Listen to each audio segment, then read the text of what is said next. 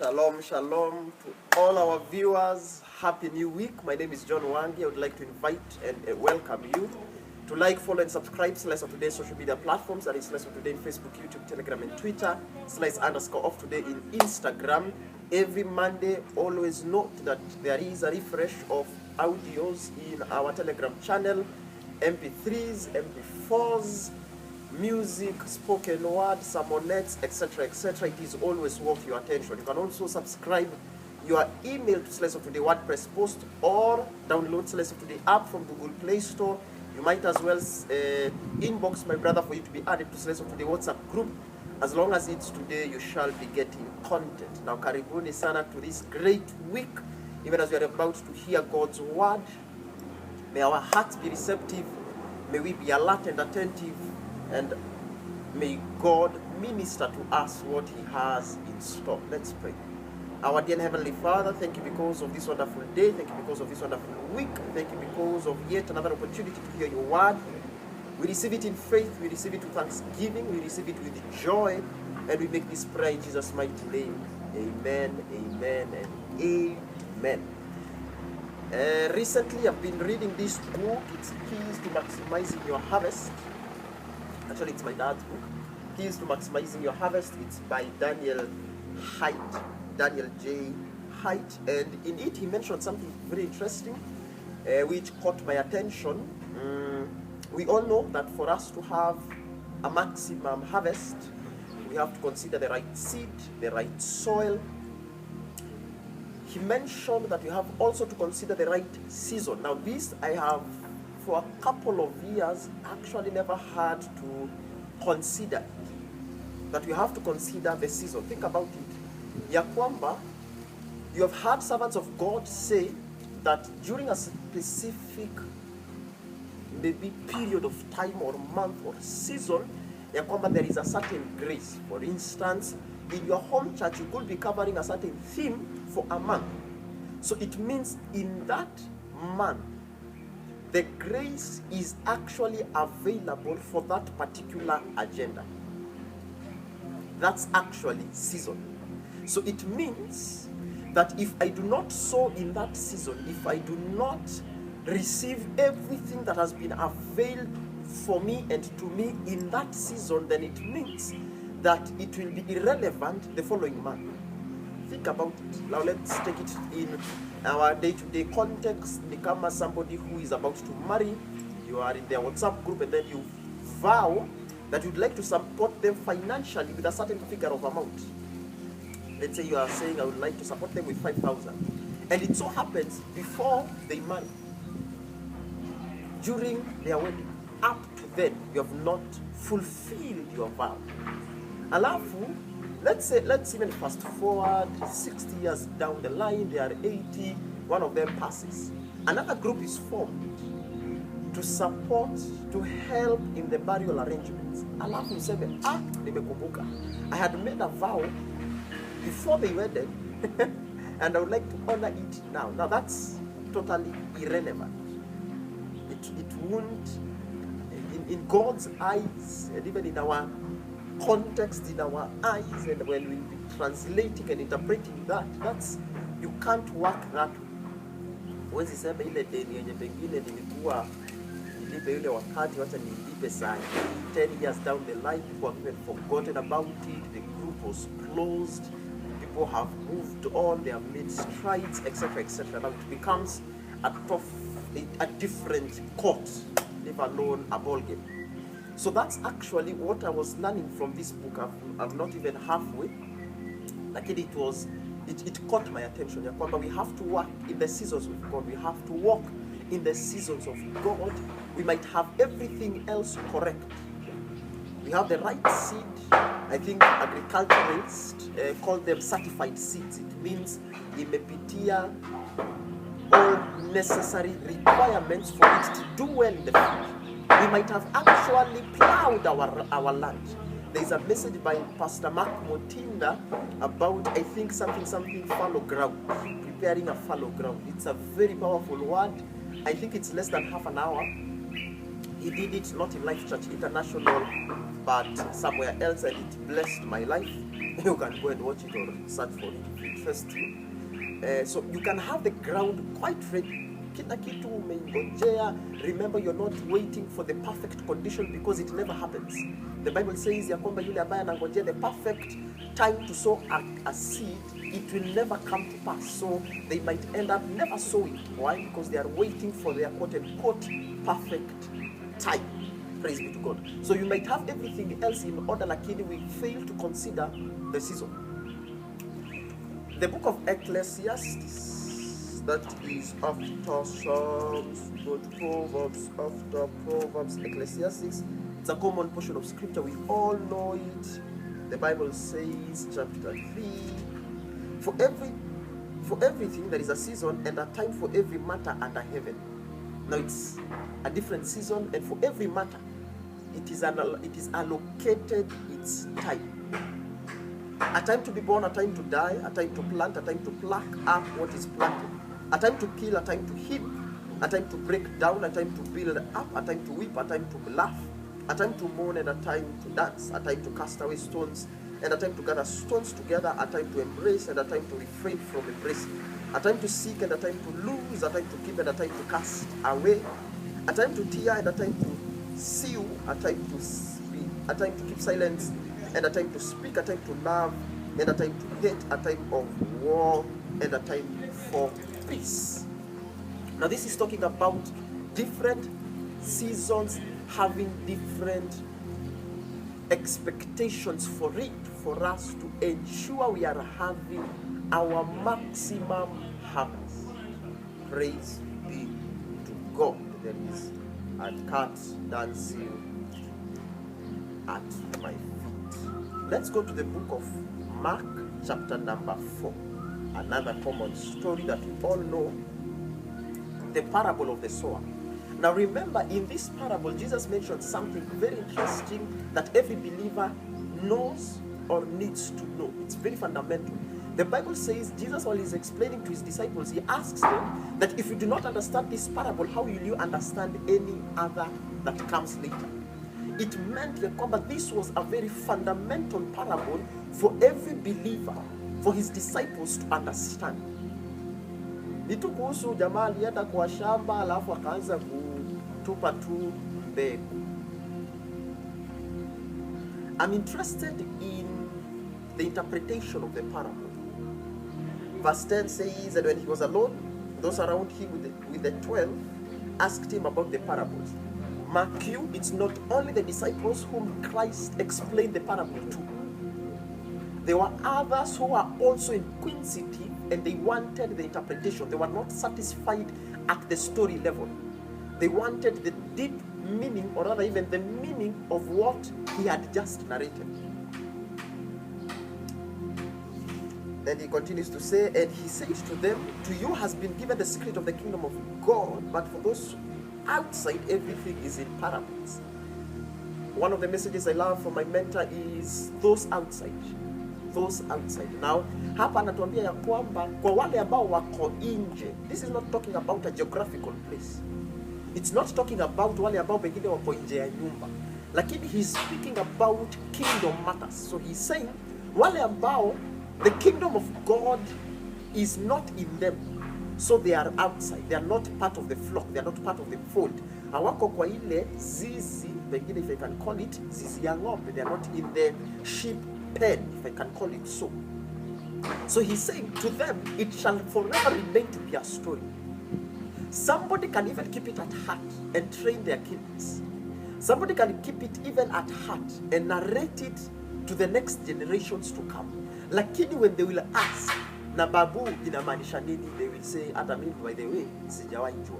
So these are people who wanted something further, something deeper, something more.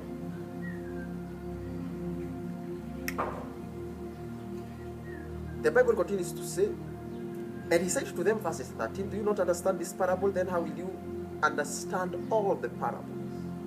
The sower sows the word, and these are the ones along the path where the word is sown. When they hear, Satan immediately comes and take away the word that is sown in them. And these are the ones sown on rocky ground.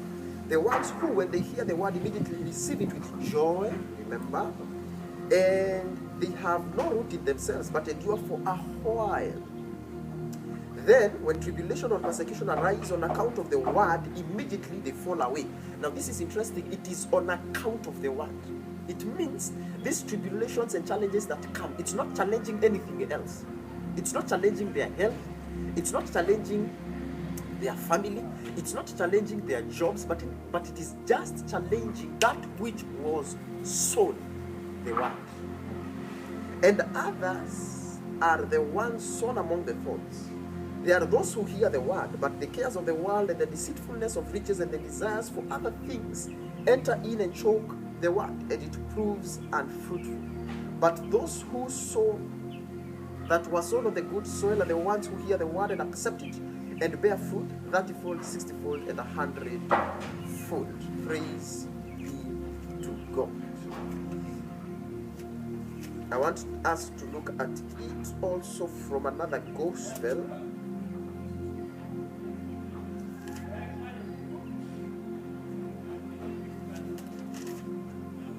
Praise be to God. Let's see the Gospel of Matthew.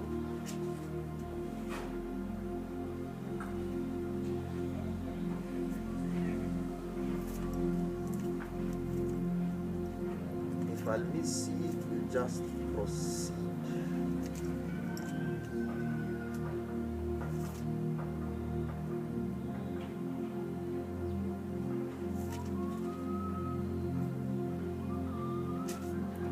Just proceed.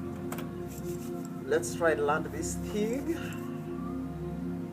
This is it. The sower goes out with the word. Now the word is very powerful. There was no issue with the word. And he goes to the field which had 4 different grounds. Now, I don't want you to forget where I am coming from. Nimeanza kwa kusema ya kwamba seasons are very important. Among the things that has informed this teaching for today is this. There comes a time, allow me to use this example. I once attended a youth meeting in a certain church, and the coordinator of the meeting, when he was introducing the speaker, he asked, now this was interesting, he asked, how many of us remember when our speaker was last here? They made a few guesses, and then I think they made almost a conclusion of the month that he was last there. And then he asked how many can remember what he taught. Nobody guessed. And then he said, this was his conclusion. Now this is interesting. This was his conclusion. Akasema, hata mimi siwezi kumbuka, lakini niko na uhakika kile ambacho atatufunza leo tutakumbuka. Now that's a lie. Because what makes the difference from the last experience, the last encounter, and this one which is just about to happen? Both of them were on the same day. Both of them are with the same minister. I'm saying day because maybe they were on a Friday, so certain Fridays, servant of God constant. The time of the meeting might also have been constant. So what will make the difference ya kwamba kile ambacho atatufunza saa hii hatutasahau. You have had people who, after walking into a meeting and step out, you will hear them say, for instance, they can't quite remember what they have been taught. What this means ni ya kwamba the seed, which was the word of God, which was the message, remember, it is sure. The seed is sure. The seed, its capacity, it's certain. The Bible says, now that I have spoken these words to you, you are now clean. Why? Because this word cleanses. This word makes you whole. This word inawafanya muwe safi. Walk with me. So this means every time I enter into a meeting, there is a level of expectation that I'm supposed to have as a believer, which is me preparing my ground so that when the word will be sown, when the word will be shared, when the servant of God will be speaking, I will be very alert to capture everything that is being said. I have attended meetings where at a personal level I am very expectant. I am there. Brother Joshua Kimanzi, somebody whom we fellowship with in church, was sharing ya kwamba every time you come to church and you are expectant, one of the tells that we have and we can know is that you have a notebook and a pen. Now that is relative. You might have, what it means is have somewhere where you are unanakili. That will show ya kwamba you are expectant to receive from what is being shared in that particular day. Praise be to God. So I was curious. And this, you can take it and bank across. This is how also another brother whom we fellowship with was sharing, is Brother Ken Mosembi. Alikuwa anasema ya kwamba you can go to a meeting. Actually, it was a very powerful statement. Let me paraphrase it. There are people who are in churches where maybe you'd like to go. Let me quote, for instance, Apostle Joshua Selman. Lakini cha kushangaza ni ya kwamba they can stay with him for 5 years.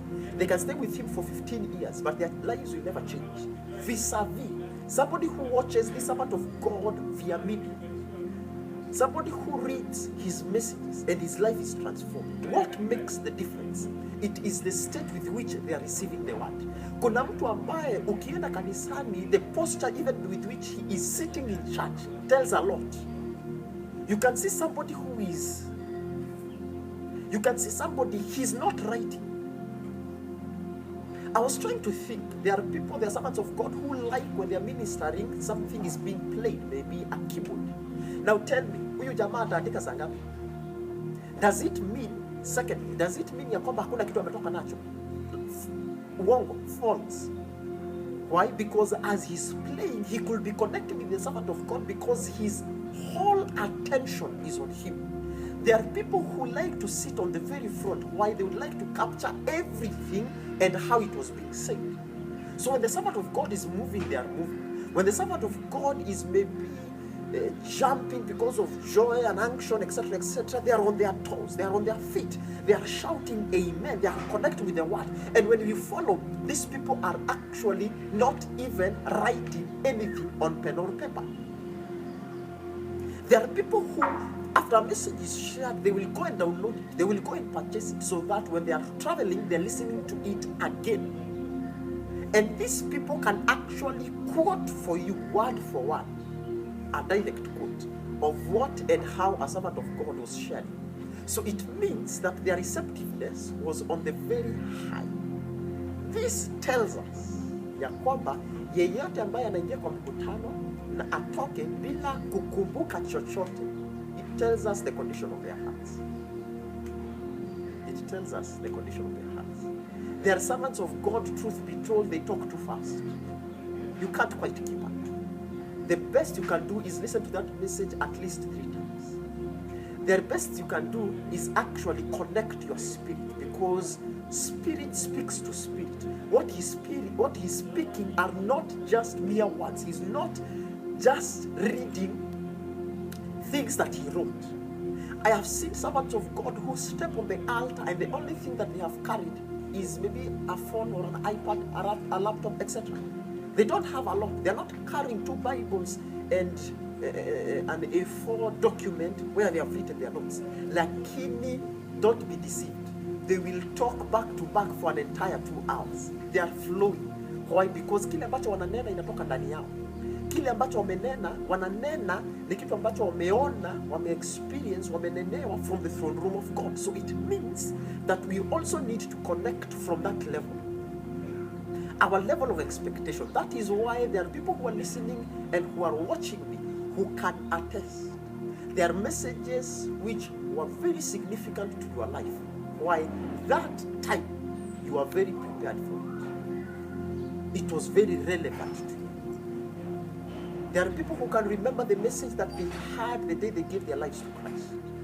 There are people who can remember certain topics that certain servants of God covered. There are people who can remember the month a certain theme was covered. That tells you the condition of their heart, their receptiveness was very high. And they were receiving everything with an open heart. Praise be to God. I hope this has encouraged or challenged you or has ministered something to you. ya kwamba you can go to a church na encyclopedia ya kuandika, lakini it doesn't prove ya kwamba kile ambacho it's being shared you'll carry it in your heart. Kuna mtu ambaye ataingia kwa hiyo nyumba pengine hata na karatasi, lakini his posture in the spirit realm, it's quite different. He's very attentive, very alert. Anataka kuona the lip movement of the servant of God. They are following. They are like, oh my goodness, where is this going? Where is this coming from? I am connecting with everything. And that is what? Sorry, and that is what counts a lot. And it is what will result to the harvest. And if I can explain or even add to that, the bounty harvest. In the name of the Father, the Son, and the Holy Spirit. Amen. Shalom. Until next time. Bye.